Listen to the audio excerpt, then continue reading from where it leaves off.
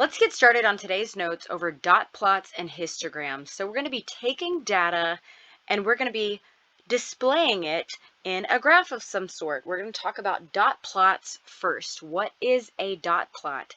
It's just a graphical display of data using dots. Let's look at example number 1. The freshman English teacher gathered data from one of her classes to see how many books each student read over summer break. The number of books each of her 25 students read is listed below. Construct a dot plot for the data and answer the questions that follow. So when I'm looking at this data, I have data for 25 students, so I should have 25 numbers here. I'm going to find what the lowest value is and what the highest value is so I can see how I need to display my number line here. So the lowest value is obviously going to be 0, right? We won't have any students that will have read any negative number of books. And then the highest number of books that any student read is going to be 12. So I need to display 13 numbers on this number line from 0 to 12. So let's just do that. 0, 1, 2, 3, 4, 5, 6, 7, 8, 9, 10, 11, 12. And a lot of students really struggle making the number line. I say use a pencil, do your little tick marks, write your numbers, and if you mess up, erase it and do it again. So there's 0, 1, 2, 3, 4, 5, 6, 7, 8, 9, 10, 11, and 12. So we've now labeled our number line, and now we're going to go through and we're going to place dots on above this number line to display this data. So what I'm going to do is I'm going to put a little line under 5, and I'm going to put a dot above the 5 to show that I've already, or the line that I put under the number to show that I'm graphing. I'm using a dot for that particular number. And then I'm going to go to the next number, which is 1. And I'm going to place it right there. And I'm trying to use the same size dots, the same level, like everything, is this on the same line horizontally, if you will. And I'm going to go through and just place dots. So now we're going to place a dot above the 0. And now a dot above the 4, above the 6, above the 3, and now I have another 4, and another 5, another 6, the first 2 here, a 9 right over here, a 0, another 0. Let's see, I'm trying to make it as even as possible. There's a 3. Let's do 2 5s. Obviously, it's not perfect. I'm really trying. There's another 6. There's an 8. There's a 2. I've got another 4 here. There's another 6. Another 5. Another 4. A 7, which I have not had yet. A 12 all the way out over here. And another 1. And if you want to be really, really careful, you can count all of your dots and make sure that you have 25 dots here. And I know that I do because I've already done this and I have an answer key. So now let's go through, and using this dot plot, we're going to answer questions A through E about this particular data and this particular dot plot. The first is, what is the range of books read? Now the range is going to be your highest value minus your lowest value. So that highest value is 12, that lowest value is 0. 12 minus 0 is 12. That's the range of this data. B says, is the distribution of the data symmetric. Now, symmetric, if it's distributed symmetrically, it kind of looks like that, right? It looks kind of the same on either side of the data. It'll kind of increase in the center and then go down, if you will, or it's symmetrical. But this data tends to increase like this, and then it sharply decreases, and then it trails off to the side over there. So as you can see, this data up here does not look symmetrical. So we might describe this by saying no, and the data trails off to the right.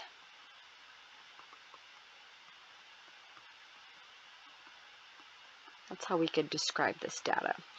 What's the mean of the data set? So the mean, remember Ms. Fonz is so mean, she makes me add and divide. So I need to add up all the values, and then I'm going to divide by the number of values. Well, I know I have 25 students here.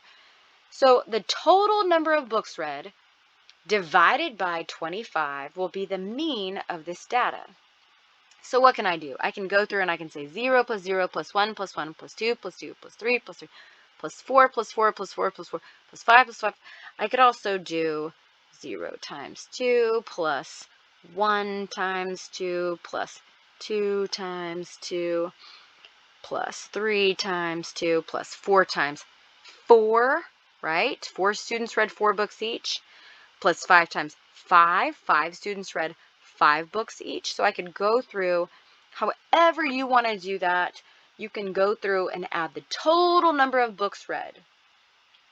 Since I've already done this particular math and I have an answer key that I'm looking at, I know that 113 total books were read. And because there's 25 students and we have data for 25 students, we're going to do 113 divided by 25. And I'm going to round that to approximately 4.52 books. And that's what we're talking about here. We're saying the mean, the average number of books read by each student is 4.52, or the average of this particular data set. What's the median of the data set?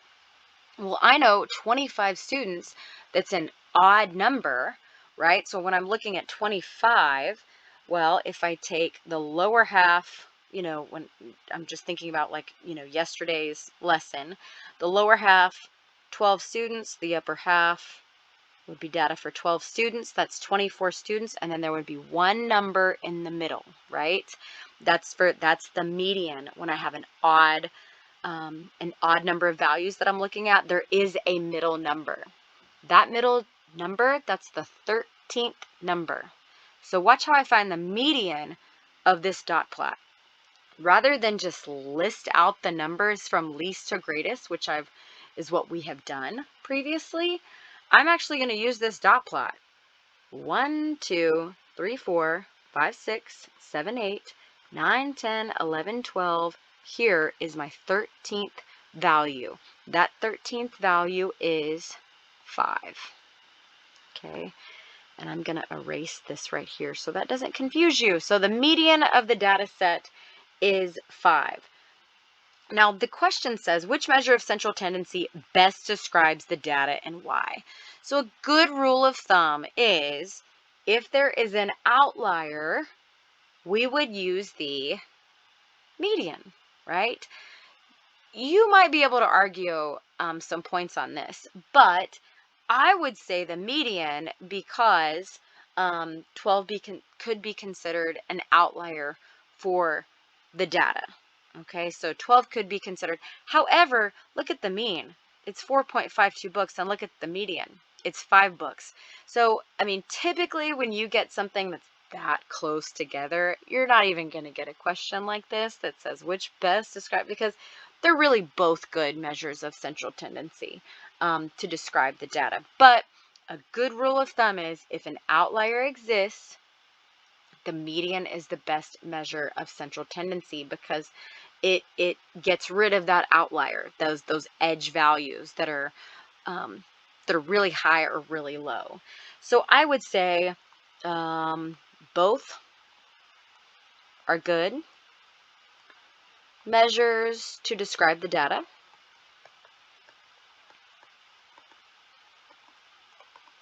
Okay, and then I might say something like 12 could be considered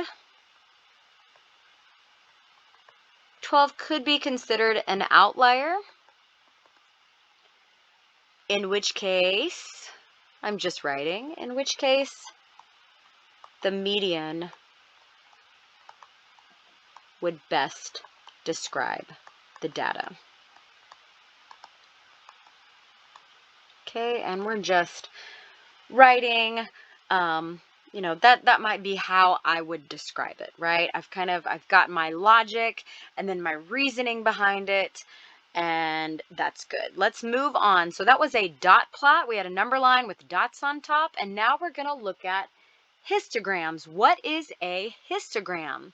A histogram is a graphical display of data using bars, kind of like a bar graph, that are adjacent or next to, they are touching one another. Each bar represents an interval of a set of data. So that's really what we're looking at. We're looking at basically a bar graph, the bars are touching, and each one of those represents an interval. So number 2 says, the ages of a random sample of workers employed at Schlitterbahn Water Park are listed below.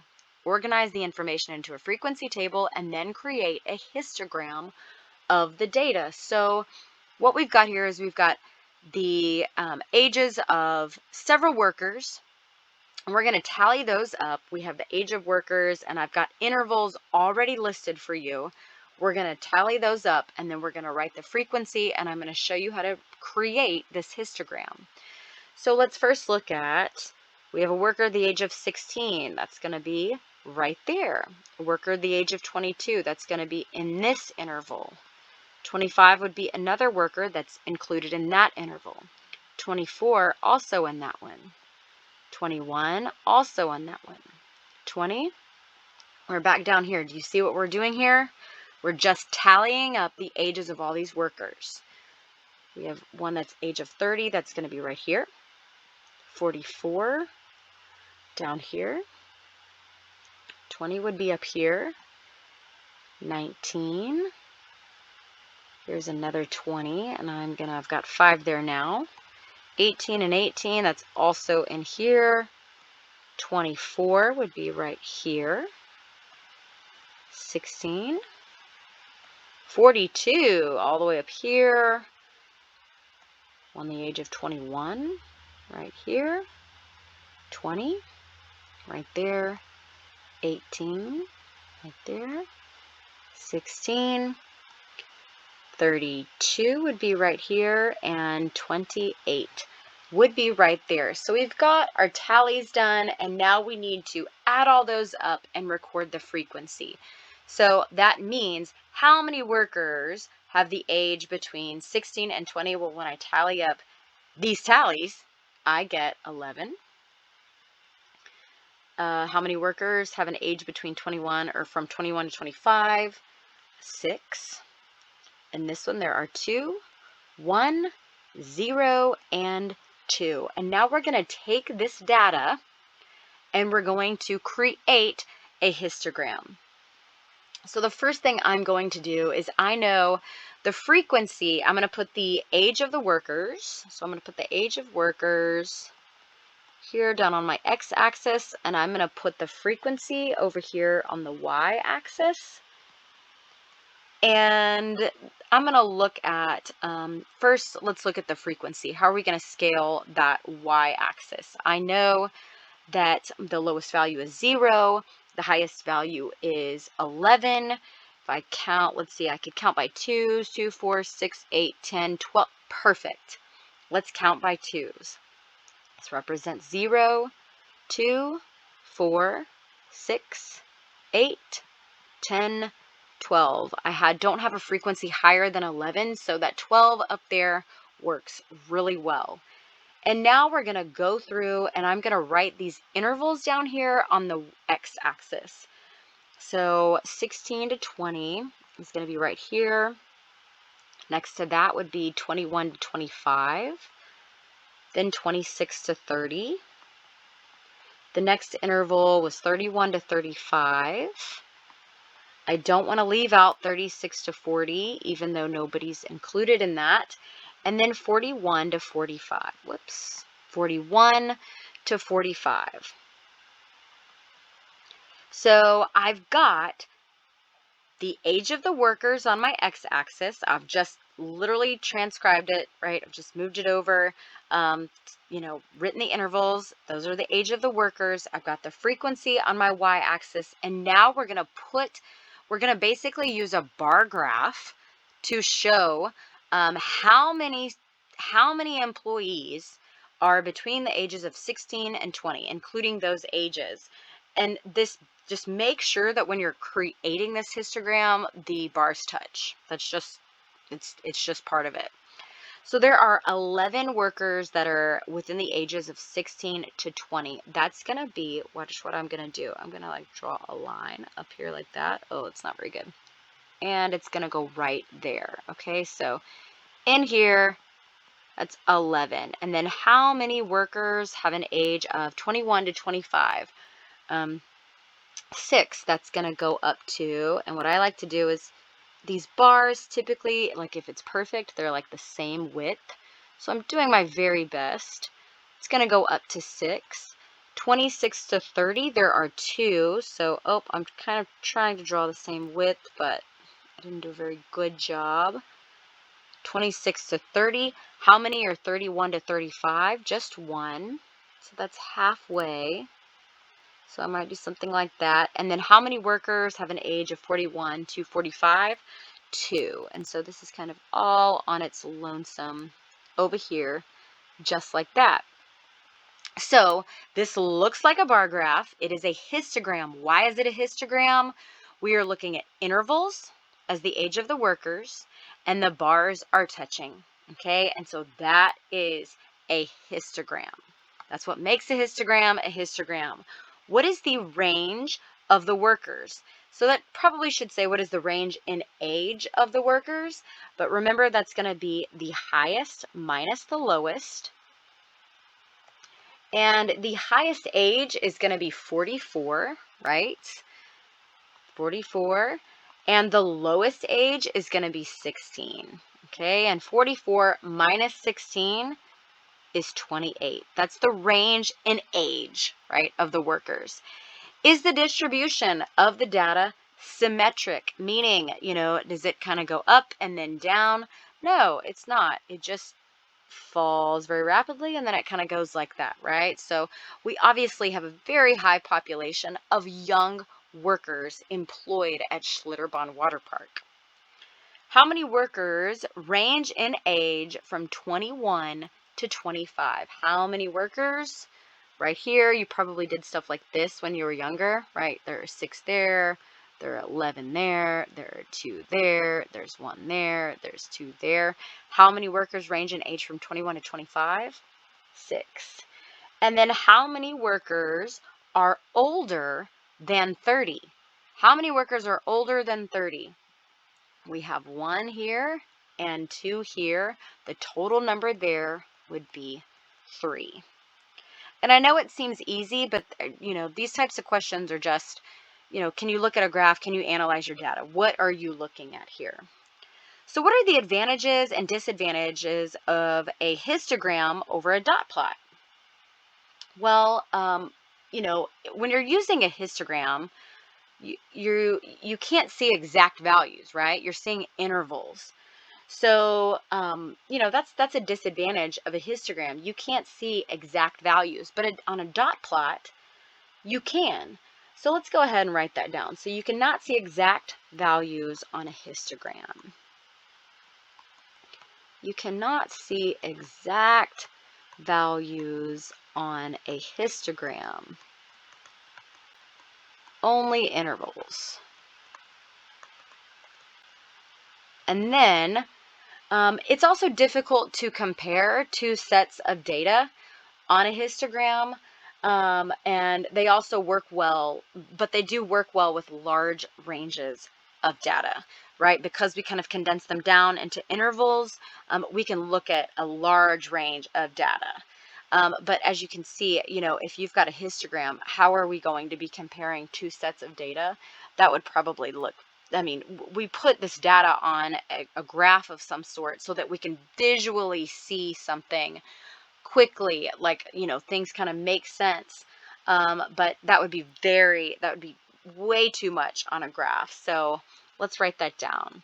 It is difficult to compare two sets of data,